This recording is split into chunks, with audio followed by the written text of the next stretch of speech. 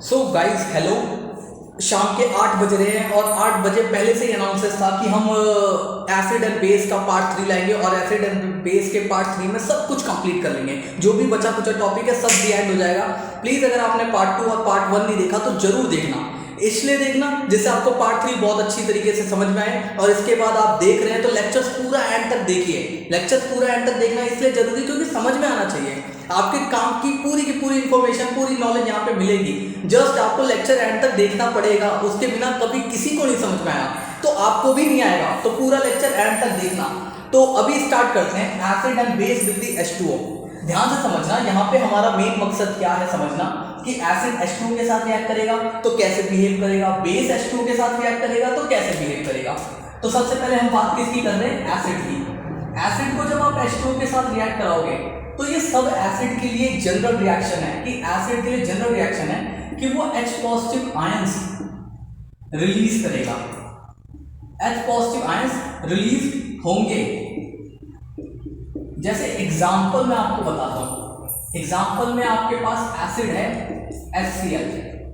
जब ये H2O के साथ रिएक्ट करेगा तो ये H3O positive ions plus Cl negative ions बनाएगा। H3O पॉजिटिव आयन या H पॉजिटिव आयन बात सेम है। इसको हम अगर देखा जाए तो बहुत ही एक छोटे से टर्म से बुलाते हैं, प्रोटॉन। प्रोटॉन टर्म है। तो आप यहां पे एक नोट बना के लिख सकते हैं कि acids always release H positive ions in water. Water के अंदर always acid H positive ion release करता है। एसिड को आप कभी भी H2O के साथ रिएक्ट कराओगे तो ये H3O पॉजिटिव आयन रिलीज करेगा। ध्यान देना, H पॉजिटिव आयन लिखो या H3O पॉजिटिव आयन लिखो, बात बराबर है।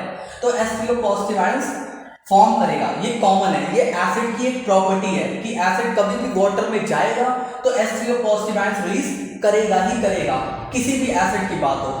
और एसिड की बात करें तो एसिड को भी हम दो टाइप में क्लासिफाई कर सकते हैं। एसिड के भी दो टाइप हैं। एसिड के भी दो टाइप हैं। एसिड के अगर टाइप देखें, एसिड के टाइप तो पहला है टाइप ऑफ एसिड में, पहला है टाइप ऑफ एसिड में वीक एसिड। और फिर उसके बाद हम बात करेंगे स्ट्रॉन्ग एसिड। अगर इसकी डेफिनेशन लिखें कि वीक एसिड और स्ट्रॉन्ग एसिड कौन से होते हैं तो वीक एसिड का मीनिंग है release H positive ions in water laser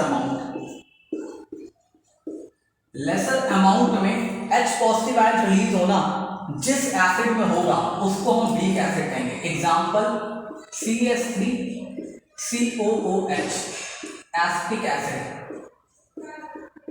acetic acid H positive ion release करता है बहुत लेसर अमाउंट में, इसको वीक एसिड कहते हैं। Strong acid released H positive ions in higher number. Higher numbers में जहां H पॉजिटिव आयन रिलीज हो रहे हैं उनको हम स्ट्रॉन्ग एसिड कहते हैं। एग्जांपल में HCl एक बहुत स्ट्रॉन्ग एसिड है जिसमें H पॉजिटिव आयंस ऑलमोस्ट देखा जाए तो 90% डिसोसिएट हो जाते हैं। 90% डिसोसिएट हो जाते हैं। ये इतना वीक एसिड है कि इसमें मान के चलो 15% भी हो जाए डिसोसिएट तो बहुत बड़ी बात है। 15% भी डिसोसिएट हो जाए तो बहुत बड़ी बात है कि 15% होना भी मुश्किल हो जाएगा वीक एसिड में बात करें। इसके बाद ऐसी ही रिएक्शन हम बेस के लिए देखते हैं कि बेस कैसे बिहेव करेगा जब ये वाटर से रिएक्ट करेगा। बेस की रिएक्शन विद द वाटर। जैसे हम सबसे पहले समझते हैं कि हमारे पास एग्जांपल है बेस के नाम पर कौन है, NaOH। और जब इसको वाटर के साथ रिएक्ट करवाएंगे तो NaOH जब वाटर के साथ रिएक्ट करेगा तो एक तरफ बनेगा NaH plus OH negative ion, OH negative ion. तो कभी भी बेस, ये बेस है, और बेस जो है जल से रिएक्ट करता है, तो जल से रिएक्ट करने के बाद अपना सॉल्ट और प्लस में जो रिलीज कर रहा है इसका नाम है hydroxyl ion. Hydroxyl ion release करेगा। तो बेस कभी भी H2O से रिएक्ट करेगा तो salt plus hydroxyl ion release करेगा। तो ये भी एक नोट बना के लिख सकते हो कि always OH negative ion release by base, तो बेस हमेशा से OH नेगेटिव आयन रिलीज करेगा। कभी भी वाटर में डिजॉल्व होगा OH नेगेटिव आयन रिलीज करेगा ही करेगा। ये इंपॉर्टेंट बात है। अब अगर देखा जाए तो इसके भी दो टाइप है, नोट जरूर करते रहना, काम का है। कि टाइप ऑफ बेस की बात करते हैं कि टाइप ऑफ बेस भी सिमिलरली डिवाइडेड है लाइक एसिड। कि टाइप ऑफ बेस देखेंगे तो टाइप ऑफ बेस में एक तरफ हो जाएगा वीक बेस और एक तरफ हो जाएगा strong base.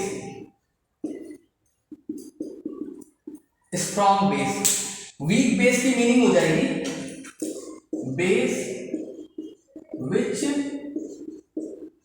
Released OH negative ions in very less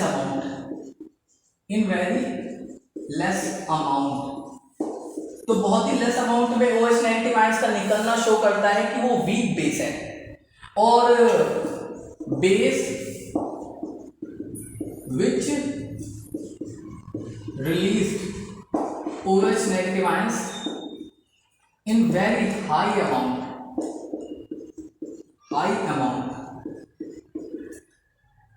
तो OH नेगेटिव आयन जहां बहुत हाई अमाउंट में रिलीज हो वो स्ट्रॉन्ग बेस है।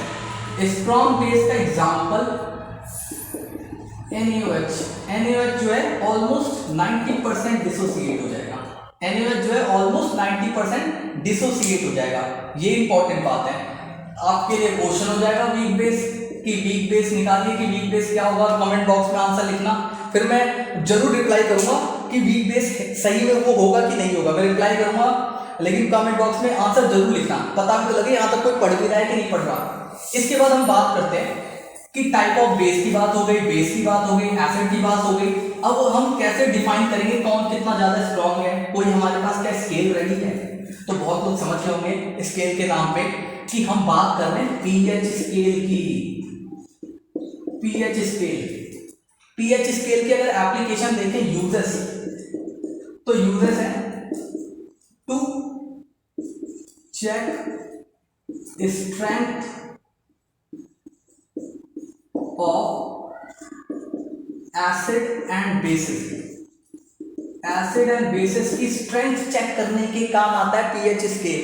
प्लीज इस तरफ ज्यादा ध्यान देना, ये मत ध्यान देना कि कितनी मेहनत लग रही है। अगर आपको लगे कि हाँ हम सही चीज पढ़ा रहे हैं, ये चीजें काम की है, तो चैनल जरूर सब्सक्राइब करना, लाइक भी करना और जरूर शेयर करो। हम सब इतनी मेहनत कर रहे हैं कि लगातार हम एक अच्छा खासा नेटवर्क बनाए, एक बहुत बड़ी एजुकेशन से रिलेटेड एक बहुत बड़ा एक नेटवर्क बनाए, एक बहुत बड़ा काम करना चाहते हैं। तो प्लीज हेल्प करना, सब्सक्रिप्शन और लगातार लाइक शेयरिंग की बहुत ज्यादा जरूरत है, तो प्लीज जरूर करना।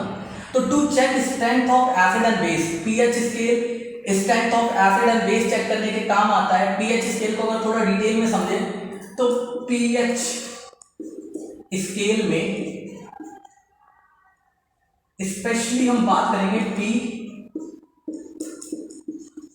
Stands for potence, P stands for potence, और पोटेंश की मीनिंग पावर, पोटेंश की मीनिंग होती है पावर। तो पोटेंश जो है एक फ्रेंच वर्ड है और इसका मीनिंग होता है power, power of H positive ion. कि power of H positive ion कौन कितनी है कितनी नहीं है, उसके बेसिस पे हम strength of acid and base check कर सकते हैं। तो एसिड और बेस चेक कर सकते हैं। जैसे पीएच स्केल में आपको मैं समझाना चाहता हूं, पीएच स्केल में आपको मैं डिटेल में समझाना चाहता हूं कि इसकी जो मिनिमम वैल्यू है, पीएच स्केल जो है 0 से स्टार्ट होगा, 7 इसकी मिड वैल्यू है, और लास्ट वैल्यू 14 है। तो देखो 0 से लेके 7 तक का जो वैल्यू आएगी किसी भी मटेरियल की वो एसिडिक नेचर को शो करता है, और 7 से लेके 14 तक की जो वैल्यू आएगी वो बेस नेचर को शो करता है, बेसिक नेचर को शो करता है। ठीक है, लगातार एसिडिक स्ट्रेंथ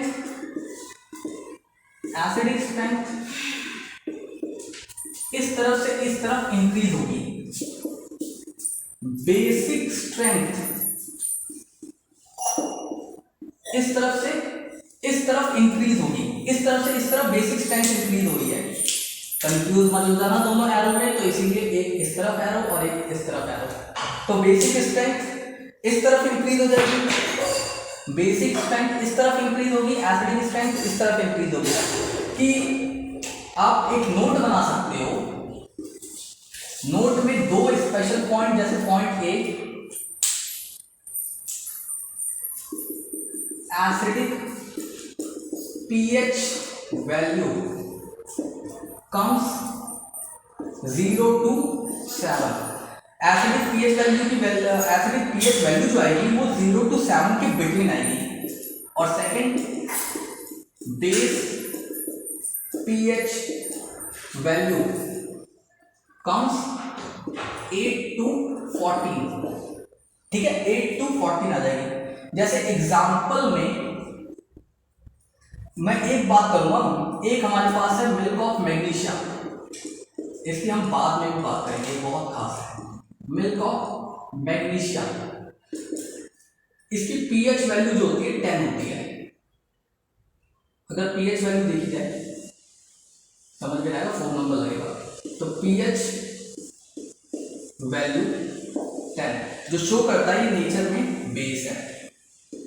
ठीक है, नेचर में बेस है, प्लीज इसे ढंग से नोट कर लेना, बहुत काम का है। तो नेचर में ये बेस है, milk of magnesia pH scale nature में बेस है। यूजेस ऑफ पीएच, पीएच की बात इतनी ज्यादा हो रही है, इसका कुछ खास यूज है क्या? तो यूजेस ऑफ पीएच की बात करते हैं। यूजेस ऑफ पीएच, तो यूजेस ऑफ पीएच में जैसे मैं ज्यादा यूजेस की बात नहीं करूंगा क्योंकि उतना ज्यादा काम नहीं है, जितने यूजेस बहुत काम के उतनी बात करेंगे। जैसे पहला यूजेस हम बात कर सकते हैं,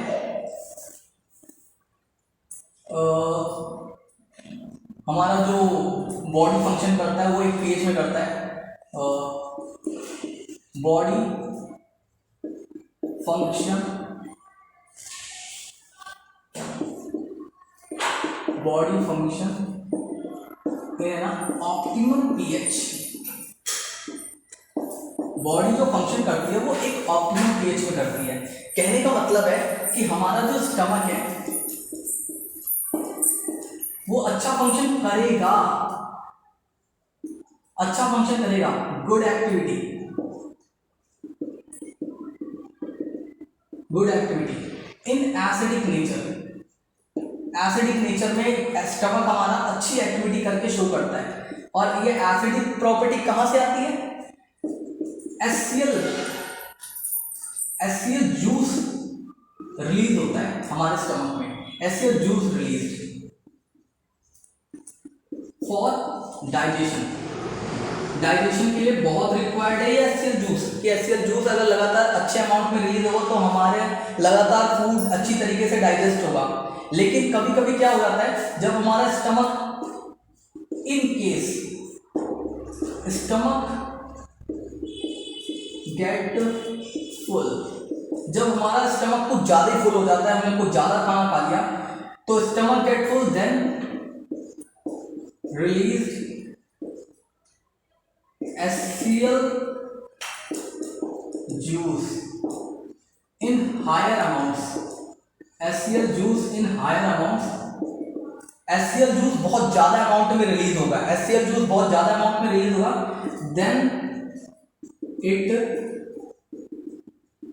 initiated pain and irritation in stomach, pain and irritation in stomach. तो देखो स्टमक गुड एक्टिविटी तब शो करेगा जब एससीएल जूस रिलीज होगा। एससीएल जूस बहुत ज़्यादा इंपॉर्टेंट है डाइजेशन के लिए। एससीएल जूस बहुत ज़्यादा इंपॉर्टेंट है डाइजेशन के लिए। तो डाइजेशन के लिए इंपॉर्टेंट है, ठीक है, लेकिन जब स्टमक में खाना ही आपने बहुत ज़्यादा ठूस लिया, भर लिया, तो उसके बाद क्या होगा?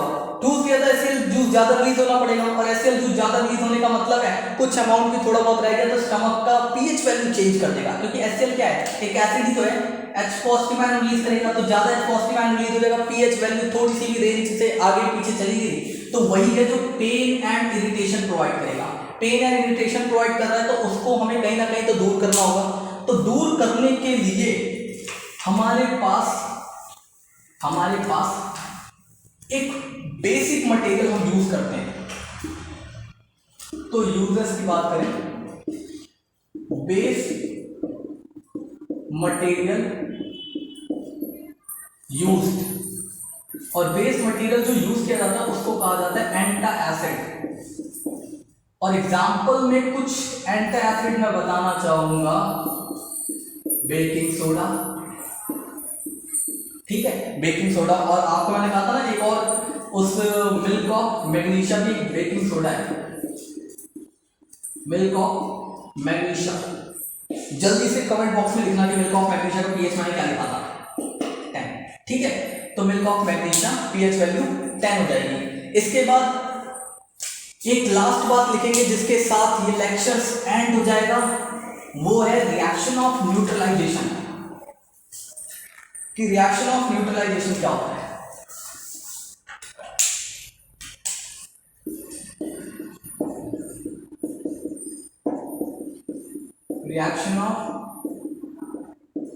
Reaction of neutralization. Reaction of neutralization की बात करें तो reaction take place between acid and base. Reaction take place between acid and base in which H2O released as subproduct। H2O released as subproduct। तो ऐसी रिएक्शन जिसमें क्या बोलते हैं, एसिड एंड बेस रिएक्ट कर रहे हैं, एसिड रिएक्ट कर रहा है और बेस रिएक्ट कर रहा है और लास्ट में निकालेगा H2O। तो ये रिएक्शन न्यूट्रलाइजेशन रिएक्शन कहलाएगी, क्योंकि पीएच वैल्यू को न्यूट्रल रखती है, ना ही एसिडिक होने देती है ना बेसिक। रिएक्शन लिखते हैं जो जनरल रिएक्शन देखने को मिलती है वो है acid react with base forming salt and last में H2O। एग्जाम्पल भी बात कर लेते हैं, जो भी आता है HCl रिएक्ट विद NaOH, जो फॉर्म करेगा NaCl प्लस H2O। तो यहाँ पे आज का लेक्चर दी एंड करते हैं। प्लीज़ चैनल सब्सक्राइब जरूर करना। आपके सामने हालात देख रहे होंगे कि बीच बीच में पसीने के साथ दिख रहा हूँ मैं, तो आपको वॉइस क्लियर आए तो सब कुछ ध्यान में रखते हुए कि आपको सारा कंटेंट मटेरियल सब कुछ बेटर मिले, इसलिए पूरा कुछ कोशिश हो रहा है और कोशिश मेहनत अच्छी लग रही है। तो प्लीज़ शेयर जरूर करना, सब्सक्राइब एंड लाइक बहुत इंपॉर्टेंट है, प्लीज़ करना, ठीक है। सो और लगातार हम कोशिश करेंगे कि दूसरे जो पर्सन है लगातार हमारे चैनल्स पे आ सके और अच्छे लेक्चर्स बना सके, दूसरों को भी पूरा मौका मिलेगा। Just contact with us. हम जरूर सब छोटे छोटे पर्सन हैं जो लगातार मेहनत कर रहे हैं, मेहनत में कोई कमी नहीं है, थोड़ी बहुत क्या बोलते हैं सपोर्ट की कमी है जिस वजह से वो थोड़े से पीछे रह रहे हैं। तो एक पूरा का पूरा ग्रुप आगे सामने जरूर आएगा। तो प्लीज़ शेयर इट, जितना ज़्यादा शेयर कर सकते हो। Good luck, bye. और लेक्चर्स कंप्लीट होंगे, डोंट वरी, लेक्चर पूरे कंप्लीट होंगे इस चैनल पे।